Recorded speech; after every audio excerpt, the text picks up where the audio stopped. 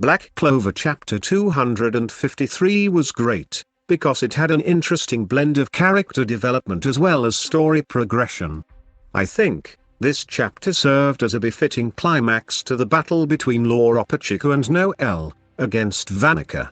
This video will contain massive spoilers, so if you do not want to be spoiled, please read the chapter before watching the video. I never thought the spell Laura Pacheco cast would really make Vanica struggle, as last chapter, despite the fact that she was stabbed by Noelle, she was smiling.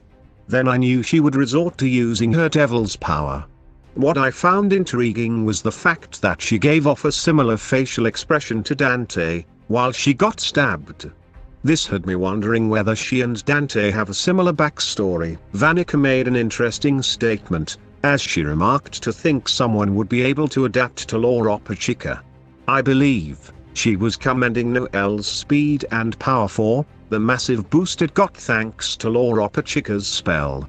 That said, I knew she would get serious, because she did ask Noelle not to die too early, and we could clearly see the devilish aura emanate from her.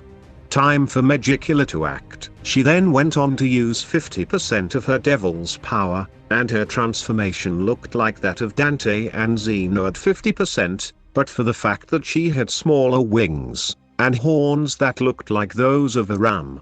She easily destroyed Noelle's spear. Then we got a remark from Laura Pacheco, as she was amazed Vanica still had this much power even though her spell had a unique effect to solidify blood.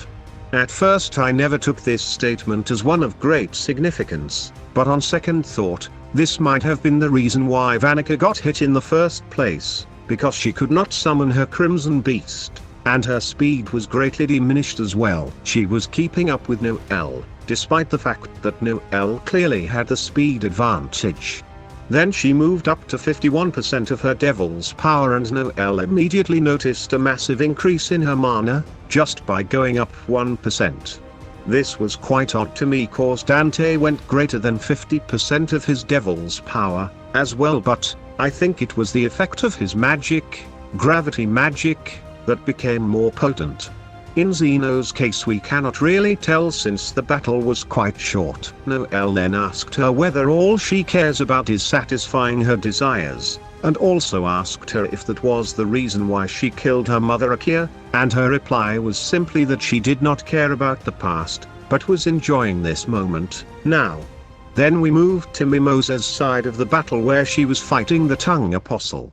This guy was gross and in my opinion, he did share a striking resemblance to the Pokemon Lick.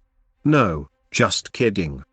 He did ask Mimosa to give up since it was impossible for him to die thanks to Vanica's magic, but then Mimosa refused. We then got a flashback, which was highlighted by Laura Pacheco's insecurities as Heart Princess. As she described her odd quirks, and also talked about being afraid to die. This was clearly relatable since despite being the Heart Princess, she was quite young. We also got to see her Grimoire, and it was a massive one. We got the reveal that this same Grimoire has been passed down from one princess to another. Meaning the same spells, same abilities as well as possibly the same magic power, and let us not forget Undine. This explains why she was stated to be able to take down an entire Magic Knight squad. Then the main event of this chapter. The reveal of Vanica's full power. Vanica was shown to have a full power of 70% of her devil's power. This meant 70% was the maximum amount of the devil's power she could use at a time. This had me wondering how long she had had the power of the devil Magicula. That said, another question I had to ask myself was what was Zeno's maximum devil power percentage? Because he got his recently and 70% look like a lot of power. Note that many believe Zeno is the weakest of the three. So my million-dollar question to you guys is, does Zeno have greater than 70% of the devil's power? And so, did that mean that Zeno's full power is less than 70%? I don't think so. I believe Zeno is probably stronger than Vanica in my humble opinion.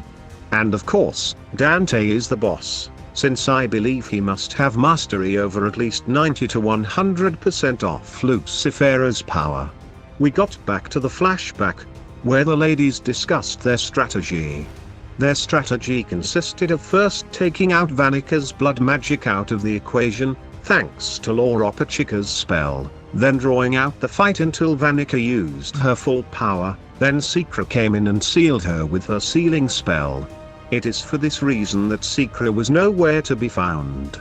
Laura Pachica obviously came up with this plan since she had fought Vanica before, and was used to her fighting type and her psyche. So the moment Vanica went full power, Secra came in and cast her sealing magic spell. This spell was the same one she used to seal Zagrid away. When she used it to seal Zagrid, she needed to use the magic stones. But now she was able to cast the spell without the use of the magic stones. This highlighted her improvement over the time skip. Will this be enough? I think so. I mean, it does seem like a very good plan, and this spell was capable of sealing the likes of Zagrid, another high-ranking devil, so it is their best bet. That said, we haven't even seen a single curse magic spell yet, so I think Vanica must still have an ace under her sleeves. Well, those were my thoughts on the chapter. I would love to know yours. Please tell me in the comment section. Please smash that like button, and subscribe to the channel as well.